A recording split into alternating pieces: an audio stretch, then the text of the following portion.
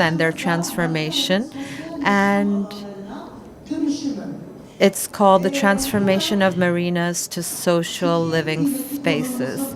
I would like to invite two valuable guests. First, from Naviga Publishing and Communications, Corp Tuba Noyan as the founding partner. Welcome. And the general manager of Setur Marina, Mr. Emre Doruk. Welcome. How are you? Welcome. So that's our time, the countdown. I don't know if it's going to be enough for this exciting subject, but we would like to hear from you. Yes, so this is following a very nice panel about longevity and wellness. And I think this is something that fits our spirit as well. But I want to bring a marine breeze to this talk. Yes, I think on top of wellness, it's going to be a nice subject to cover. So, this is actually one of the invisible elements of tourism. When you look at the sea from the land, you see the sailing boats, and it gives a very nice feeling. But how does it feel when we look at the land from the sea? As seafarers. So I want to talk about this and the marina life. Now, when we dock, we can easily tell if it's a port or a marina because they are two different things that they have to offer to you. Or you could be at a small coastal village, and if there's a marina open there, life changes very rapidly because the marine life has so many social and economic contributions to that area, and it moves away from being a standard village from then on. And most of the time, that unexpected growth brings along this new texture, and people really embrace this, and the marina becomes a meeting point. You end up saying, let's meet at the marina, and you don't even have to be a seafarer for this. Or it could be a marina in the midst of a city, and then it gives you a fresh breath of air in the midst of that big city. And you don't just walk by there, you want to go in there again and again. And I believe that's the emotion that should be provided. Before, there were technical structures that we would discuss about marinas, but now it's much more than that. Yes, if you recall, years ago, we had an interview with Miss Tuba, and we actually brought a group of children who had never seen the sea to Kalamış Marina. And I was thinking, how should I explain the marina? I said, "Where you guys came from other cities, where do you stay?" They said, "We are staying in a hotel." I said, "Okay, well, the marina is a hotel for the boats." So that's how it started. But then the world changed, tourism changed, sea tourism changed. And then marinas moved away from being a parking lot for boats, but they turned into living spaces where we provide services for the people on those sailboats or yachts or boats.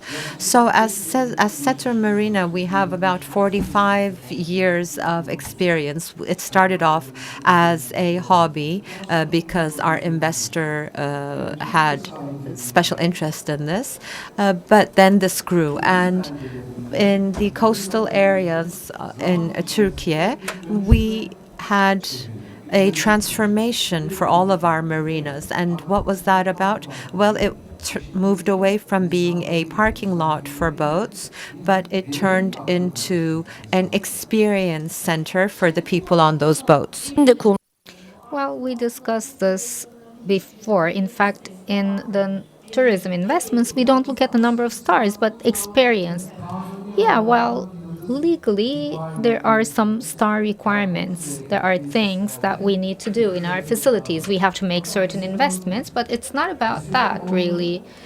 It's about the efficiency. I mean, how you make the guests use this efficiently, and in this life cycle of the marina, are they getting a happy experience? That's what we're aiming at. Not we're not chasing after stars. You travel a lot, so do I. We visit fairs, we see new concepts. In fact, you talked about business and leisure. Be leisure. Yeah, there is this new concept, both business and leisure, particularly after the pandemic in the world and coastal areas. People who have a boat were searching some escape points. Boat means freedom. In the marina, it used to be anchored. He used to travel somewhere. But with the increase of services in the marinas, the life time, I mean, the time you spent at marina increased. So we created an environment where they can run business and leisure. And we saw this after the pandemic, especially in the Mediterranean and in Turkey. There are several families, so they go back to living in the boat. They carry their family back to the boat. They have a culture of living there. And we try to offer services to those people. Like there is the front office of Setur Marina. When a visitor goes there, they can access all kinds of needs through the front office. They can hire a helicopter, they can arrange a hotel, they can rent a car, or they can just travel somewhere else. So our team helps them. So at this point, like it used to be, it's actually about living more in the boat, in the yacht, rather than traveling for the weekend. There are yacht offices and floating homes that we see now. It's discussed a lot abroad. It's becoming very popular. So we see that the system is offering different lifestyles with the pandemic. How about our position compared to Europe? We have a lot of potential and we have a lot of boats coming from other countries. So, what do you think about the potential of Turkey? What do you think about our current situation? Well, I can talk about Europe. Yeah, America is a completely different market. But when it comes to the European and Mediterranean coasts, we see that the new facilities and the marinas are much ahead of the Mediterranean basin and Europe, and we have more concepts. In European Mediterranean basin, the marina sector is not as transformed as we are. So there is a social, I mean, they just look at marina business as a social benefit there because there are yacht owners and they see it as a place where they seek shelter for their yachts. And in European culture, they don't live in the marina. You know, geography is destiny, they say. This is the same for our business. There are new behaviors and it changes from one region to the other. McDonald's sells products that they don't sell in the US. They sell it here because that's what the customers here ask for. So we're much ahead of Europe. I'm not talking about my own group. I'm not even talking about competitors. So all the facilities in this sector are very ahead, very much beyond Europe. We see similar problems in terms of legislation. Europe is not ahead of us. No, that's not true. Unfortunately, in the Mediterranean, there is a very deep state bureaucracy in France, in Italy, in Greece, in Albania. It's the same. It's the same sharp teeth of bureaucracy in all of these places, and it's actually, I mean, maybe the right thing to do because the investors always want to grow more. And the investors grow by the sea, so this is natural wealth and it's necessary to have some control. But we're very much ahead of Europe, I can say. Well, we say yes, there has to be control and protection, and the coasts should be open to the public. Yes, this is a very important topic. Today, almost all of the marinas in Turkey are open to public use. There are opposite views about that. They say the marinas close the sea, shut off the sea. That's not true. There are places where the public cannot enter, and that's where the ports where the yacht owners are. So I mean, it's not just about serving the yacht owners. You cannot really have financial sustainability by just serving the yacht owners. So the marinas offer gastronomy and social culture. They offer an integrated facility to the region. And the capacity is obvious. There is a yacht with 4 people. You reach a certain population, but then when you integrate with the rest of the region, you help develop that region. You help become a social activity center. You help the region to become an activity center. That's what we've seen in our investments. For instance, there is the Fenike Marina. Next year, we're going to renovate it. We operated it as a fisherman's shelter. We'll renovate it and bring added value. There is Ayvalık Marina. It's a small marina, and now it's a living culture center. So people from Ayvalık meet there. They spend time there. They're by the sea in this venue. And there is the Kaş Jazz Festival. Yes, in Kaş Marina, we have a great facility again. And we want to achieve sustainability. We support the region. We have sponsorships. We have the Kaş Jazz Festival. Despite the economic conditions, we're trying to run this festival. So it doesn't have a direct contribution to the company, but it has a contribution to the region. So it's out of pocket costs so that we have sustainability there. Well, marina investments are not particularly for the yacht owners. That's what you're saying. We always think that it is just for the yacht owners. There is such a prejudice. People think that it's closed to the public, but on the contrary, it's an alternative life space.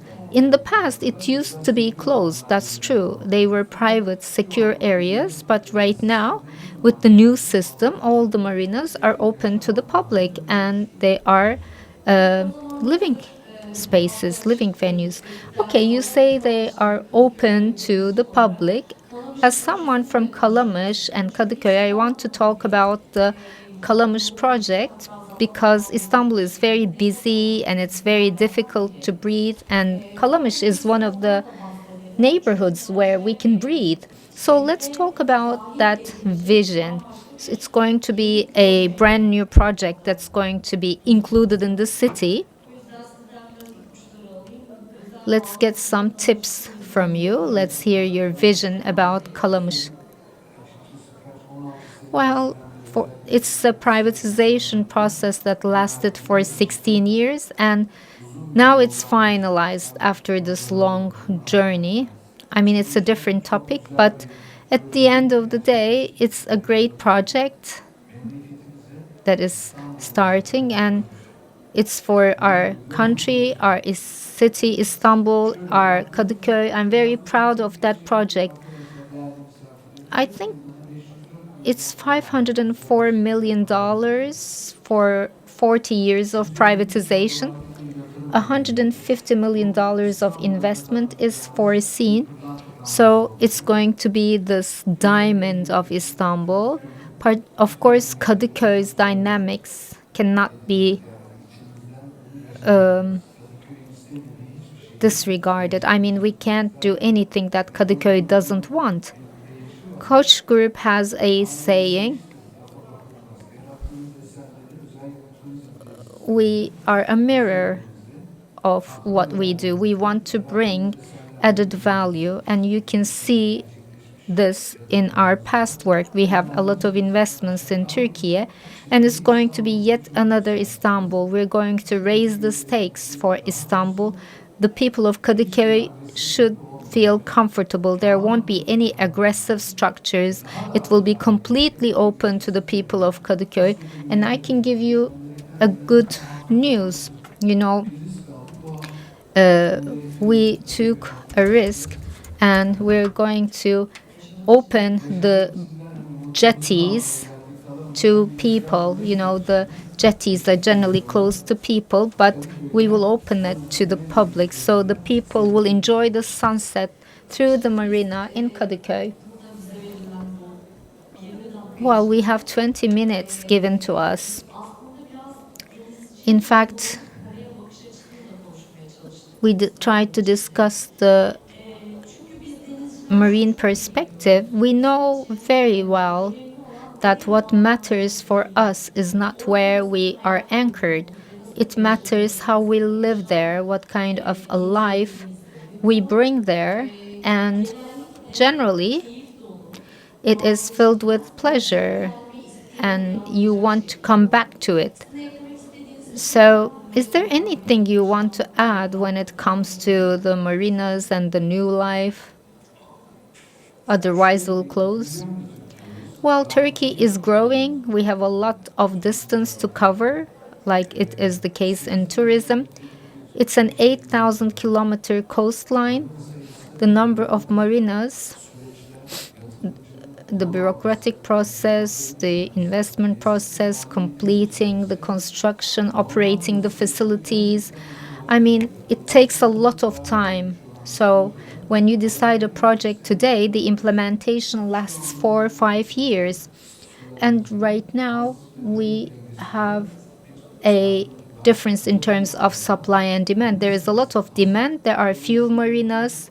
So this means a problem for the yacht guests in terms of price or crowd, but that's okay. There are rules of the state, and we will continue to grow within the framework of those rules.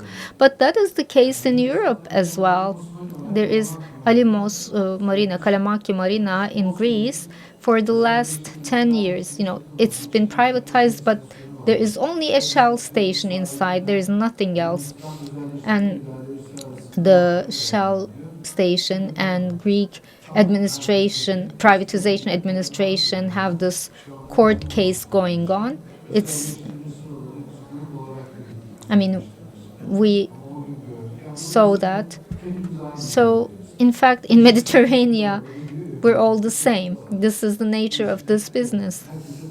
So, I wish the best for everyone. Thank you.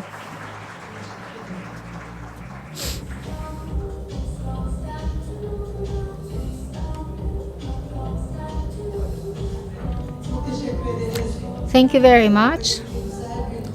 It's such a great topic, and it was a very compact discussion. Şerife Hanım, our board member, Şerife Bilgin, please stand in the middle.